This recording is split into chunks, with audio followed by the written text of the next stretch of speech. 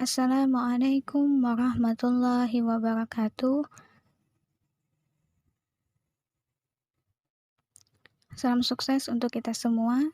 Puji dan syukur selalu kita panjatkan kehadirat Allah Subhanahu wa Ta'ala yang telah memberikan nikmat sehat kepada kita semua, sehingga pada kesempatan ini kita bisa belajar bersama kembali.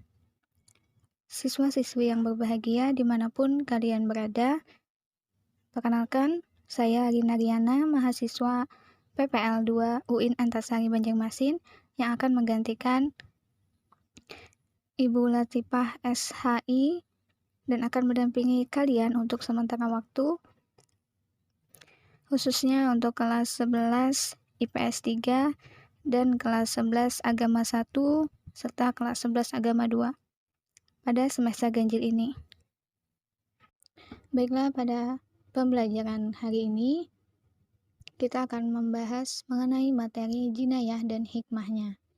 Adapun kompetensi dasar yaitu menganalisis ketentuan tentang jinayah dan hikmahnya. Adapun tujuan pembelajaran, siswa diharapkan mampu memahami nilai-nilai jinayah, menjelaskan dasar, tujuan, dan dalil jinayah, serta menguraikan al-qatlu, diyat, kafarat, qisas, dan penganiayaan. Baik, untuk lebih jelasnya, mari kita menyimak materi berikut ini. Baik, jinayah dan hikmahnya. Jinayah atau tindak pidana adalah segala ketentuan hukum mengenai tindak pidana atau perbuatan kriminal yang dilakukan oleh orang mukallaf sebagai hasil dari pemahaman atas dalil-dalil hukum yang terperinci dari Al-Quran dan hadis. Baiklah, kita lihat peta konsep berikut ini. Jinayah terbagi menjadi 5: al-qatlu, pembunuhan, penganiayaan, qisas, diyat, dan kafarat. Baiklah, kita lanjutkan. Baik, kita mulai mengenai materi yang pertama, al-qatlu, pembunuhan. Al-qatlu artinya membunuh. Al-qatlu disebut juga al-jinayah ala an-nafs al-insaniyah, artinya kejahatan terhadap jiwa manusia. Tindakan pembunuhan termasuk kejahatan berat dan merupakan dosa besar bagi para pelakunya. Dasar hukum mengenai pembunuhan yaitu dalam Quran surah Al-Isra ayat 33 yang artinya, dan janganlah kamu membunuh orang yang diharamkan Allah membunuhnya, kecuali dengan suatu alasan yang benar. Selanjutnya, macam-macam pembunuhan, yaitu ada 3, al-qatlu al-amdu, pembunuhan disengaja, dan yang kedua al-qatlu sibs al-amdu, pembunuhan seperti disengaja, dan al-qatlu al-qata, pembunuhan tidak disengaja. Pembunuhan disengaja yaitu disertai dengan niat untuk membunuh dan menggunakan alat yang layak untuk membunuh. Misalnya seperti menaruh racun pada minuman atau makanan seseorang, kemudian seperti menikam dengan pisau, itu contoh pembunuhan disengaja. Kemudian pembunuhan seperti disengaja. Pembunuhan seperti disengaja ini, di dalamnya tidak ada niat sampai membunuh, dan alat yang digunakan pun alat yang tidak lazim digunakan untuk membunuh. Misalnya, seperti memukul seseorang dengan sapu lidi, kemudian orang itu meninggal dunia. Selanjutnya, pembunuhan yang tidak sengaja, atau pembunuhan karena salah sasaran. Misalnya menembak seekor burung, tetapi mengenai orang lain dan menyebabkan dia meninggal dunia. Kemudian, sanksi pembunuhan. Untuk pembunuhan disengaja, sanksinya harus dengan membayar denda atau kafarat atau dengan qisas. di mana hukum balasan yang seimbang bagi pelaku pembunuhan maupun pengusakan anggota badan seseorang dengan sengaja. Adapun untuk pembunuhan seperti disengaja, tidak menggunakan sanksinya tidak menggunakan qisas, tetapi mengharuskan diat, denda berupa harta.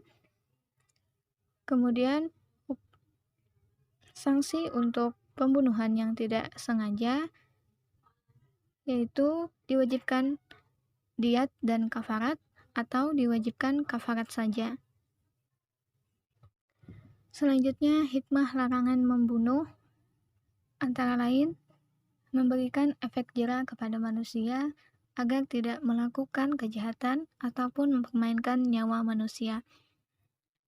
Yang kedua, menciptakan ketertiban, keamanan, dan kedamaian dalam masyarakat. Yang ketiga, dengan adanya qisas, manusia merasa takut untuk berbuat jahat kepada orang lain. Serta qisas dapat melindungi jiwa dan raga manusia. Hikmah yang keempat, menunjukkan keluasan syariat Islam dan keadilan dapat ditegakkan secara merata. Selanjutnya, penganiayaan. Dalam pidana Islam disebut jarimah penganiayaan, yaitu menyakiti sebagian anggota badan manusia seperti perbuatan melukai, menyakiti, dan menghilangkan anggota tubuh. Adapun dasar hukum mengenai penganiayaan terdapat dalam Quran Surah Al-Maidah ayat 45. Selanjutnya, unsur-unsur penganiayaan. Ada 3. Yang pertama, adanya unsur syarak. Yang kedua, adanya unsur perbuatan melawan hukum. Dan yang ketiga, adanya niat. Selanjutnya, sanksi penganiayaan. Hukuman ditetapkan demikian untuk memperbaiki individu, menjaga masyarakat, dan tertib sosial.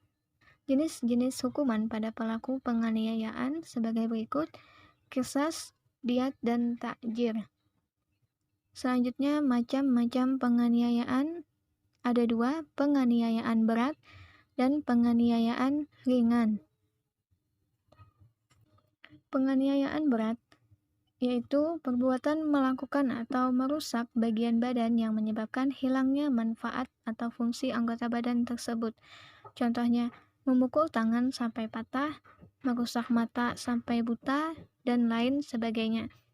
Selanjutnya, penganiayaan ringan yaitu perbuatan melakukan bagian badan yang tidak sampai merusak atau menghilangkan fungsinya, melainkan hanya menimbulkan cacat, seperti melukai hingga menyebabkan luka ringan. Adapun jenis-jenis penganiayaan terbagi menjadi 10 jenis, antara lain yang pertama, al-qarisah adalah luka yang hanya sedikit menembus kulit. Yang kedua, al-qadi'ah adalah luka yang menyentuh daging sesudah kulit. Yang ketiga, at-kamiyah adalah luka yang mengeluarkan darah.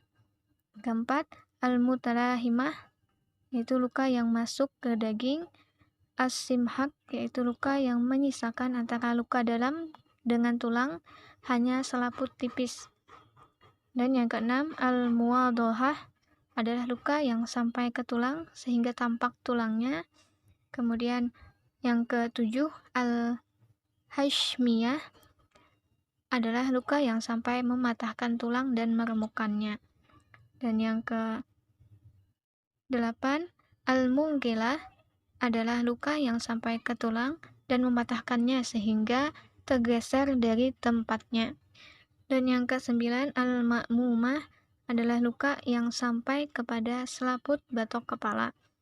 Dan yang terakhir, al-jarifah adalah luka yang dalam. Selanjutnya, qisas. Kata qisas berasal dari bahasa Arab yang berarti mencari jejak, seperti al-qasas. Dalam istilah hukum Islam, maknanya adalah pelaku kejahatan dibalas sesuai perbuatannya.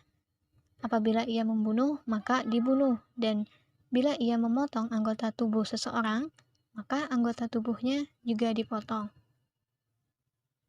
Adapun dasar pensyariatan qisas terdapat dalam Quran Salah satunya terdapat dalam Quran Surah Al-Baqarah ayat 178 dan ayat 179. Syarat-syarat kisos ada 4. Yang pertama, pelaku berakal, sudah mencapai umur balik, motivasi kejahatannya secara disengaja, dan yang terakhir, hendaknya darah orang yang dilukai sederajat dengan darah orang yang melukai. Syarat pelaksanaan kisos ada 3. Yang pertama, semua wali atau keluarga korban yang berhak menuntut kisos adalah mukallaf. Kemudian, kesepakatan para wali korban terbunuh dan yang terlibat dalam kisos. Dan yang ketiga, aman dalam pelaksanaannya sesuai dengan Quran Surah Al-Isra ayat 33. Adapun macam-macam kisos terbagi menjadi 2, yaitu kisos jiwa dan kisos anggota badan. Adapun kisos jiwa, yaitu kisos yang berhubungan dengan jiwa seseorang atau hak hidup seseorang, seperti pembunuhan. Selanjutnya, kisos anggota badan. Ada 2 macam, yaitu penganiayaan yang dikenai dengan kisos dan penganiayaan yang dikenai dengan diyat atau pemaafan. Kisos menjadi gugur. Menurut ulama fikih menetapkan bahwa kisos akan gugur apabila terjadi hal-hal sebagai berikut. Yang pertama, pembunuh meninggal dunia sebelum dilakukan hukum kisos. Dan yang kedua, dimaafkan oleh ahli waris. Dan yang ketiga, terjadinya perdamaian antara kedua belah pihak. Dan yang keempat, kisos itu diwarisi oleh terpidana. Selanjutnya, hikmah kisos. Menjaga masyarakat dari kejahatan dan menahan setiap orang untuk menumpahkan darah orang lain. Dan yang kedua, mewujudkan keadilan dan menolong orang-orang yang terzalimi dengan memberikan kemudahan bagi wali korban untuk membalas kepada pelaku seperti yang dilakukan kepada korban. Dan yang hikmah yang ketiga, menjadi sarana tobat atau penyucian dari dosa yang telah dilanggarnya. Maka dalam hal ini kisos menjadi kafarat atau penghapus dosa bagi pelakunya. Baik, itulah yang sempat kita bahas dalam pertemuan perdana kali ini, yaitu pengertian jinayah dan hikmahnya, kemudian pembunuhan, mengenai penganiayaan, dan mengenai kisos. Insya Allah pada pertemuan selanjutnya akan kita bahas mengenai diyat dan kafarat. Kita tutup dengan hamdalah. Sekian, terima kasih. Wassalamualaikum warahmatullahi wabarakatuh.